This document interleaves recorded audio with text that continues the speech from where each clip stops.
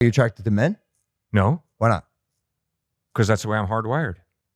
That's Okay. my So what chemicals. if someone is hardwired the exact opposite way, by their God, and then not accepted by their God because God's book says we don't accept you because Well- you're this well, way? Backing up, what he's looking for is some sort of understanding of this code of intolerance that exists within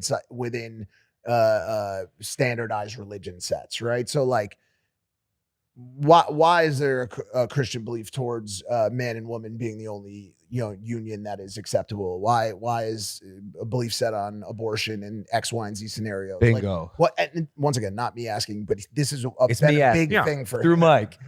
Right. Abortion I'm is just trying to- I'm another trying to- one. Yeah. put it together. Well, so the difficult question is, what is the purpose for which God made us? And if there is no God, life is a crapshoot. It's meaningless. But if God created us for a purpose, then we better figure what that purpose is. Now, according to Jesus Christ, life is not a cosmic crapshoot. According to Christ, life has been given us by God for a purpose, to love God with our heart, soul, mind, and strength, and to love our neighbor as ourselves, is the way he summarized it. Okay? Then he gets more specific. When it comes to sexuality, we read in Genesis 2:24 that when God created us, he created us male and female and said, for this reason, a man shall leave his father and mother, be united to his wife, and the two shall become one flesh. So there's a very positive statement of why God created our sexuality, male and female. God could have had procreation happen at the end of a Q-tip. When a man and a woman mix their earwax, little babies could have been born that way. That would be crazy. He didn't choose to do it that way. Ridiculous He way chose to to have create us kids. male and female, and that is a gift from him. It's a beautiful gift. I never thought of this before, but does an omission from the scripture indicate a sin or a non-accepted way of producing a certain outcome? I.e., God presented to us Adam and Eve and said, man shall marry woman. But I'm sure you're going to give me passages, but was there anything in Genesis that said, but man shall not marry man or woman should not marry woman? Like, No. I'm sure. Genesis communicates that to have sex outside of a lifelong commitment between one man and one woman Okay. is not cool. Got it. Be fruitful and multiply. Sorry, I'm gonna mess up on the scripture a little bit. What- today. I need to what's the brush back up. What's the exact scripture? He did say it's not cool. Well, Genesis 2:24 is a clear statement about he creates us male and female to become husband and wife. Then in Genesis chapter 19, different sexual immorality is communicated there, different forms of sexual immorality. But why would God then create a male who's attracted to a male if, like, God created all of us? Why would he create someone that goes directly against, like guys, like being gay isn't a choice. No one, I think few people are like, oh, I'm attracted to the same sex. Like, I believe people are made that way. I happen to be heterosexual. I'm attracted to women, attracted to one woman now. Way to go. I believe you're attracted to who you're attracted to. Granted, like, yeah, things are super fluid now, and like people are making decisions based on like their environment, what they see, whatever. But like, I would argue that, like, if I think certain people are just attracted to who they are attracted to. So why would God create someone in his image who goes directly against his codex that he created?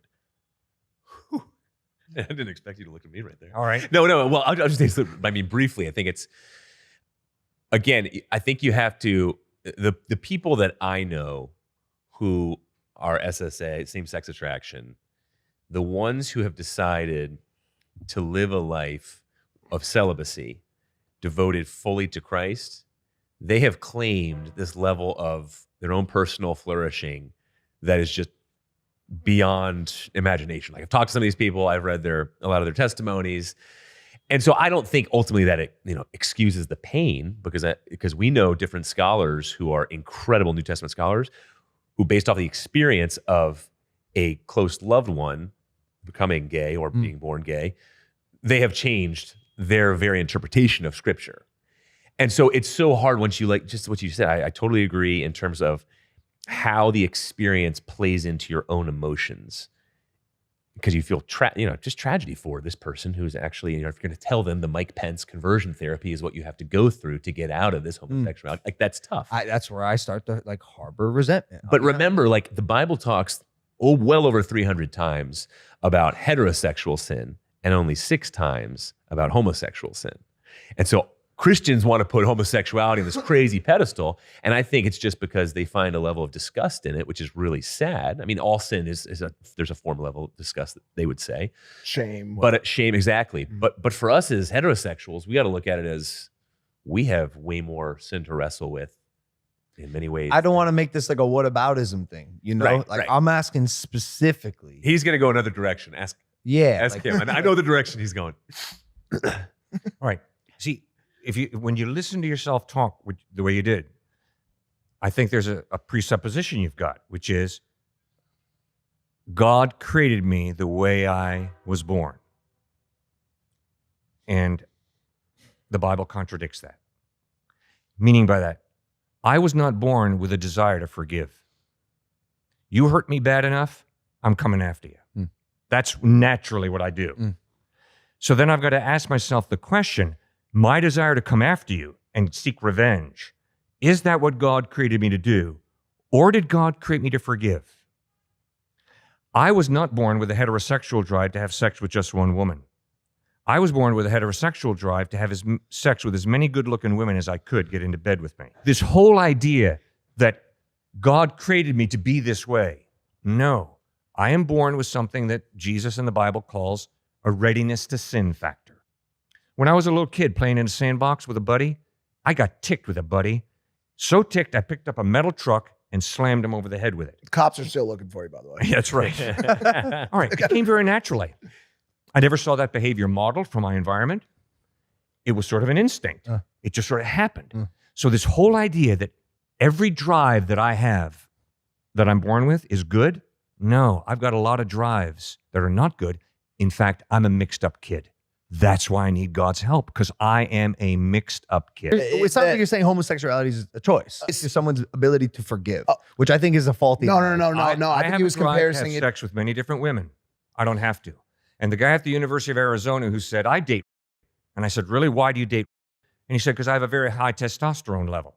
Okay, I didn't say, that? yeah. That's a crazy thing to say. It is crazy. Wild That's statement. insane. I didn't say to him, no, you don't have a very high testosterone level. I don't know. I don't know the chemical makeup of his body. But what I do know is he still has a free will. He does not have to date. Right. I think it's a faulty analogy, Cliff. Okay, how? Because you're comparing that to like someone's intuition and who they're attracted to. You know, Yeah, I'm like, attracted to many women. Are you attracted to men? No, Why not? because that's the way I'm hardwired. That's Okay. my So what if chemicals. what if someone is hardwired the exact opposite way by their God, and then not accepted by their God because God's book says we don't accept you because you're this way? First of all, God accepts all of us. He loves all of us. All right. So everybody is loved. Everybody has equal value and dignity. The whole idea that I am more valuable because I'm a heterosexual is a joke. It's false. I'm not valuable before God because I'm heterosexual. Right? God creates all human beings in his image, but we're all mixed up kids.